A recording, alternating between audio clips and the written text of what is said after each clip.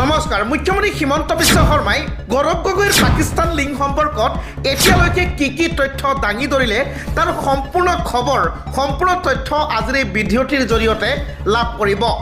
হয়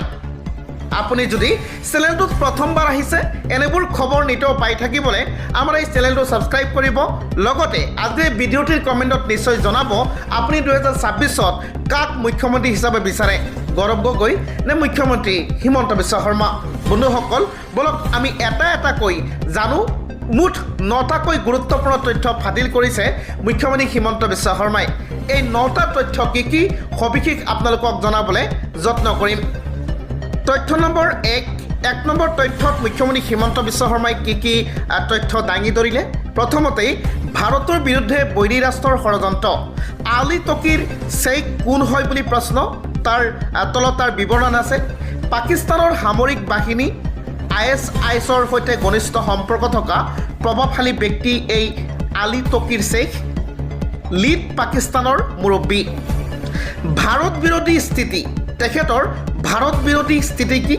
সামাজিক মাধ্যমৰ জৰিয়তে ভাৰত বিৰোধী অপপ্ৰচাৰ আৰু সাম্প্ৰদায়িক উচতনি এলিজাবেথ কলবাৰ্নক প্ৰশিক্ষণ প্ৰদানৰ লগতে পুঁজি ভ্ৰমণ আৰু অন্যান্য কামৰ নিয়ন্ত্ৰণ ইয়াতে মূল অভিযোগ কি জলবায়ু কেন্দ্ৰিক কাৰ্যালয়ৰ আৰেৰে ভাৰত বিৰোধী কাৰ্যকলাপত সহায় আৰু উচতনি দিয়া অপ্ৰকাশ্য ধৰণে ভাৰতত পৰিচালিত জটিল প্ৰকল্প এলিজাবেথ কলবাৰ্নত পুঁজি যোগান কিছু মুখ্য বিষয়ত ভাৰতীয় চোৰাংচোৱাৰ স্থিতি সম্পৰ্কীয় গুৰুত্বপূৰ্ণ তথ্য ইফাল সিফাল কৰা কাৰণ নজনোৱাকৈ পাকিস্তান চৰকাৰৰ উচ্চপদস্থ বিষয়াসকলৰ সৈতে বহুকেইবাৰ ভাৰত ভ্ৰমণ এতিয়া প্ৰশ্ন হৈছে আলী তকিৰ শ্বেইখৰ সৈতে এলিজাবেথ কলবাৰ্নৰ সম্পৰ্ক কি 1 নম্বৰত এইটো তথ্য প্ৰকাশ কৰিছে আমি আগবাঢ়িম 2 নম্বৰত কৈছে ভাৰতৰ বিৰুদ্ধে বৈৰী ৰাষ্ট্ৰৰ কি ষড়যন্ত্ৰ আলী তকিৰ শ্বেইখৰ সৈতে এলিজাবেথ কলবাৰ্নৰ সম্পৰ্ক কি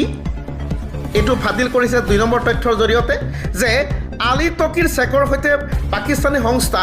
লিড পাকিস্তান আৰু CDKN আদিৰ জৰিয়তে অতি নিকটৱৰ্তী পেছাগত আৰু বিত্তীয় সম্পৰ্ক লিড পাকিস্তান আৰু লিড ইণ্ডিয়াত নিযুক্তি 18 মাৰ্চ 2011ত লিড পাকিস্তানৰ সৈতে নিযুক্তি চুক্তিৰ আৰম্ভণি 22 মাৰ্চ 2011ত লিড পাকিস্তানৰ সৈতে নিযুক্তি চুক্তিত স্বাক্ষৰ মাত্ৰ 1 মাহ 7 দিনৰ ভিতৰতে 27 এপ্ৰিল 2011ত ইছলামাবাদতে লিড ইণ্ডিয়াৰ সৈতে নিযুক্তি চুক্তিত স্বাক্ষৰ কৰে আশ্চৰ্যজনকভাৱে প্ৰায় 1 বছৰ পাছত 1 জুন 2012 লিড ইণ্ডিয়াত যোগদান ভাৰতত থাকি এলিজাবেথে পাকিস্তানৰ পৰা দৰমহা লাভ কৰিছিল এইটো এটা ডাঙৰ প্ৰশ্ন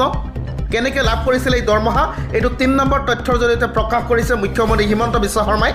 ভাৰতত থাকি এলিজাবেথ পাকিস্তানৰ পৰা দৰমহা লাভ কৰিছিল এইটো এটা ডাঙৰ প্ৰশ্ন হয়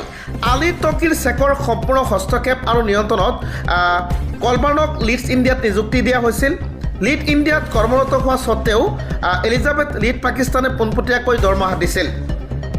এলিজাবেথৰ দৰমহা আছিল প্ৰায় মাহে 2,50,000 টকা এতিয়া ইয়াৰ পৰা পোহৰলৈ অহা আপত্তিজনক মন কৰিবলগীয়া দিশবিলাক হৈছে বিদেশ অনুদান নিয়ন্ত্ৰণ আইন মতে সঠিক অনুমোদন অবিহনে ভাৰতত থকা বিদেশী নাগৰিকে অন্য দেশৰ পৰা অনুদান গ্ৰহণ কৰিব নোৱাৰে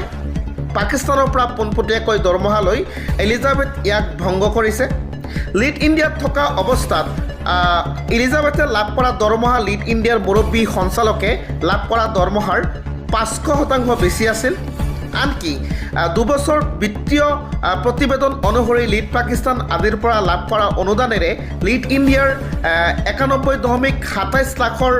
এলিজাবেথে পৰিশোধ কৰা হয় 82,41,000 টকা লিড ইণ্ডিয়াত এলিজাবেথৰ সন্দেহজনক ভূমিকা